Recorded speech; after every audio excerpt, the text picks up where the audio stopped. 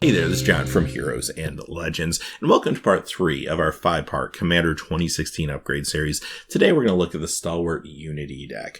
Now, if you've watched the previous 2 videos in this series, you kind of know what to expect. I chose 20 cards. Some of these cards will bolster the power level of the deck. Others will just flesh out a sub-theme that you might find interesting and may want to play a little stronger with. Quickly, before we get started, as a reminder, if you check out the description below, you'll see some links to our Amazon affiliate store as well as our Patreon page. And these are both great ways to help support the channel and the content that we produce. But if you're unable to do that, that's okay. Just simply giving us a like when you see a video with content that you enjoy helps other folks find the channel, which is huge as well. So thank you to all the supporters out there. Having said that, let's move on to the cards. We're going to start off, as we always do, with creatures. And these first 3 creatures are going to be landfall creatures that also support kind of the token sub-mechanic, I guess. Now, the reason I went with landfall was because it was actually a quick way to make this deck more aggressive. One of the things about this deck is it's a group hug deck, but it's really counting on your opponents turning on each other. You're trying to create this huge wall of defense around you, then give your opponents the means they need to take each other out. That's kind of the whole idea here. Now, some players might not be comfortable with that. You are really relying on your opponents not pulling any surprises on you. And you're also relying on your opponents not figuring out what you're doing, which might be difficult considering this is a boxed product that a lot of people may be familiar with the deck list when they see you start putting these cards into play, right? So if you're not comfortable with that plan, or maybe your play group's onto you, one way to really kind of twist and change this deck a little bit is to add landfall. There's a lot of ways for you to put lands into play, and you also give ways for your opponents to put lands into play. Well, every time you put the land into play now, you get an advantage of a landfall trigger. So, Avenger of Zendikar, one of the maybe more powerful landfall cards that's out there in creature form, and can really create an army for you relatively quickly, doesn't necessarily have to be the route you go. I mean, you could choose landfall cards. There's many out there to choose from, but anyone that really kind of speaks to you or you have fun playing with. But I kind of went with Avenger of Zendikar as the first. The second was Rampaging Baloths. And again, it's really strong. You get a great effect. Doesn't cost too much mana to pull off either. The third one I went with is Omnith, Locus of Rage, just because this is kind of a dual effect here. Not only does it help you get 5/5 elemental creatures, which are very sizable, but also when another elemental you control dies, this will deal 3 damage to target creature or player. So if somebody pulls a board sweep or something like that, they have to kind of take into account that potentially some damage could be coming their way. So this is a way this deck can actually, at times, even deal direct damage, which is really not what this deck's normally in the market to do, but it just gives you another way to be a little more aggressive if that's what you want to do.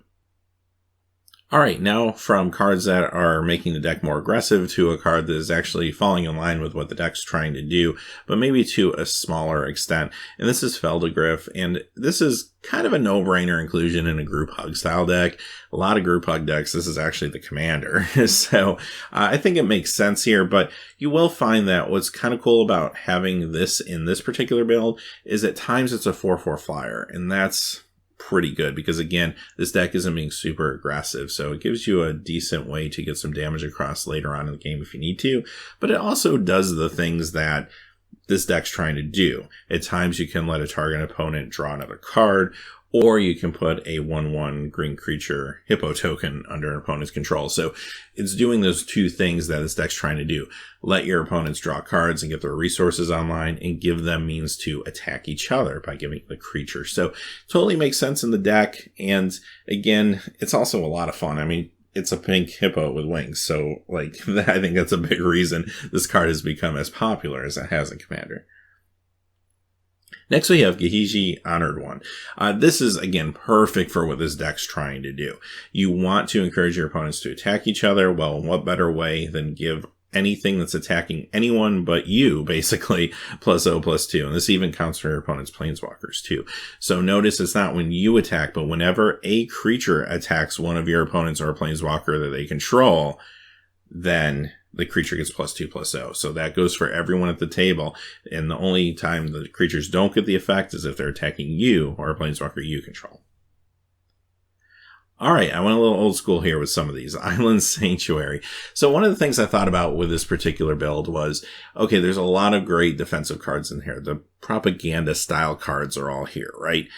But what if for some reason you can't get to those cards? Now granted, there's a lot of card draw, so hopefully you'll be able to hit them. But let's say you have some trouble getting to them, or an opponent destroys them, or you end up getting milled or discarded or something like that. I wanted at least one or two more of these in the deck. And I thought Island Sanctuary is a good one. It's a cheap one. And this also doubles for a way to help you slow down your card draw a little bit, at least, if you're afraid of being decked at some point. This deck is all about letting everybody draw cards all the time, right? So you do have to be careful. You could mill and deck some of your opponents out at points in the game, but you have to make sure that in turn that doesn't happen to you, especially if someone's able to shuffle their graveyard back into their library or something like that at some point in the game. You may need to slow your roll a little bit. This isn't going to answer everything, but by declining to draw a card from your library during your draw phase. Now, if you have multiple draw effects going on, you're still probably drawing, but at least it slows you down a little bit. And again, it's another way to protect you.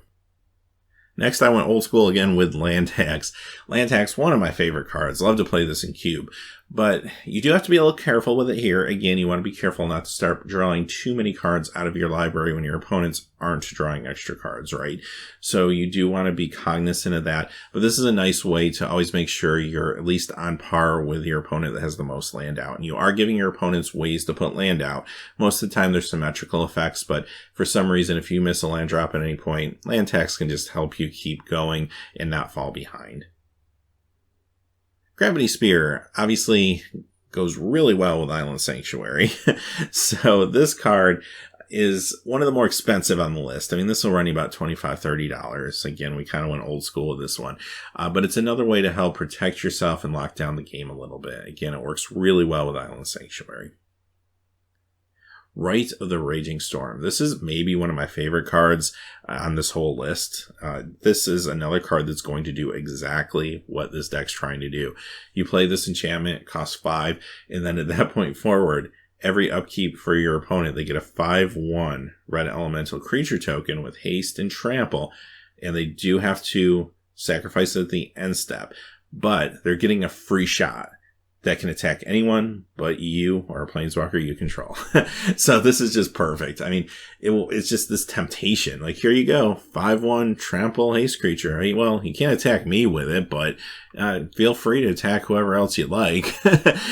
So that's kind of awesome and just perfect. Next, we have Seed the Land, and here's another card that just helps give your opponent more resources, and it just seems to fit perfect here again. Again, this deck is trying to allow players to draw extra cards, put lands out faster, and you're trying to empower them by even at times giving them creatures.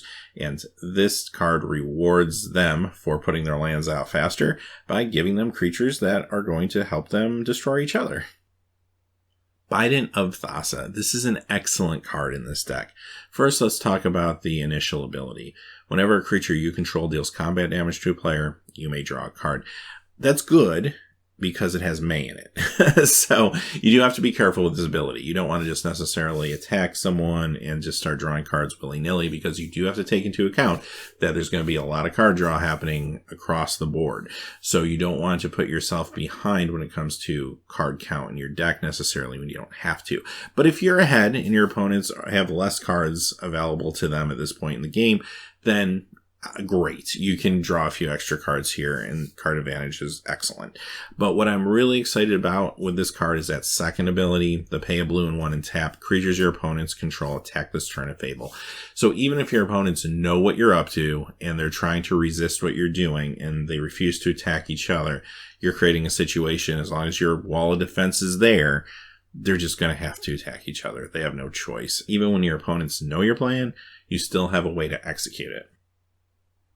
Cyclonic Rift. So I went with this one because I felt this deck has some great spot removal with cards like Swords of Plowshares, but it really needed to have maybe a panic button, I felt. And I thought about Wrath of God first, and I thought, well, okay, yeah, sure, that would work. But what I liked about Cyclonic Rift was, especially with all the card draw and all the permanents that could be hitting the battlefield, you have some ways, you could always add other ways too, to make sure you have no maximum hand size.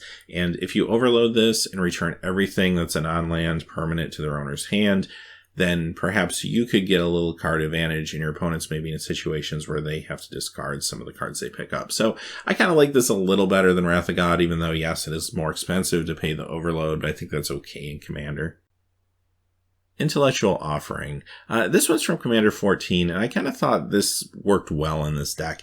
It will go ahead and allow an opponent to draw some cards, so it's a nice political favor sort of card, but also keeps an opponent drawing, which is important with this deck. And secondly, it lets you play Kingmaker a little bit. If somebody attacks somebody else and you decide you want to help them out for whatever reason, or maybe thin the board a little bit, then you can play this at instant speed, and a particular opponent can untap their non-land permanents, maybe have some better blocking situations.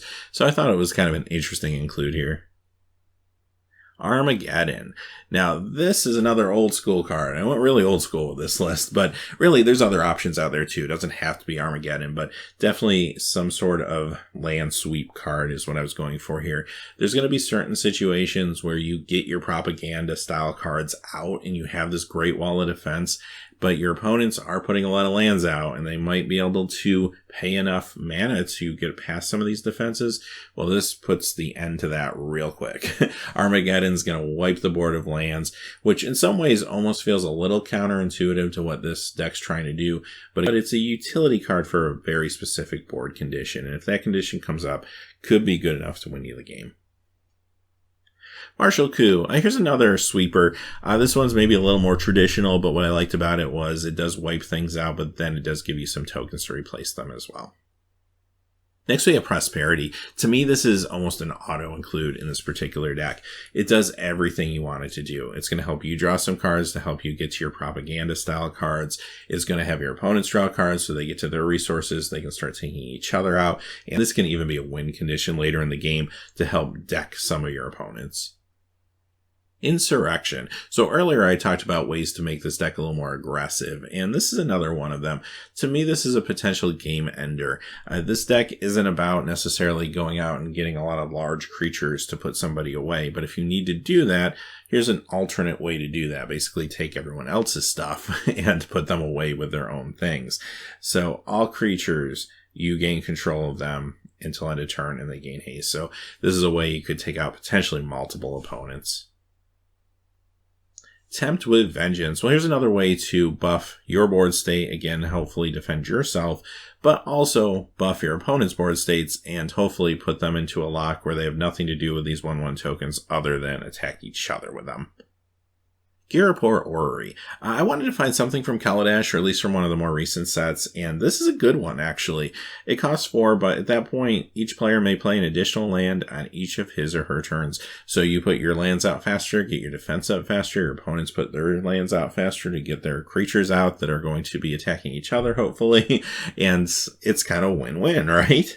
So that second ability, probably not going to come into play that often in this deck unless somebody has some means of pitching all their cards or something like that. But if they do, they're going to be rewarded / punished, depending on the situation, by having to draw 3 more cards. But for the most part, I think hands are going to be relatively stocked just because you have so many ways for everybody to draw cards in this deck. Skull of Orm. Again, another old school card. I went deep with this one from the dark. And here's the thing, again, it doesn't necessarily have to be this particular card, but I really wanted a reusable way to get enchantments back from my graveyard to my hand. And to me, I just felt like that wall of defense out of the box felt a little fragile. If somebody can destroy my propaganda style cards, then I'm kind of stuck. And without that line of defense, I have this deck that's making everyone else's decks better, and I'm open to attack just as much as anyone else would be, right?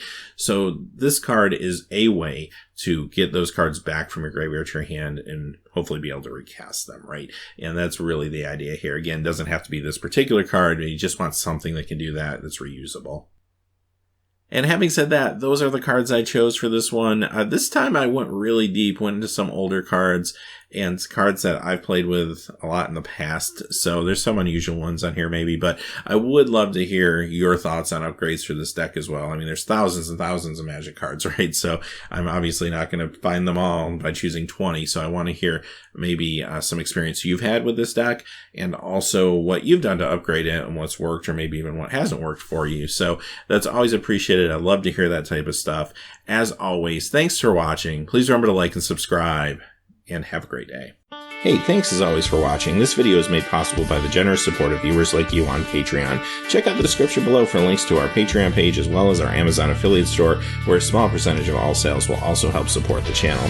Finally, if you haven't had a chance yet to subscribe, hit that subscribe button so you don't miss any new videos on Heroes and Legends. Talk to you again soon, and have a great day.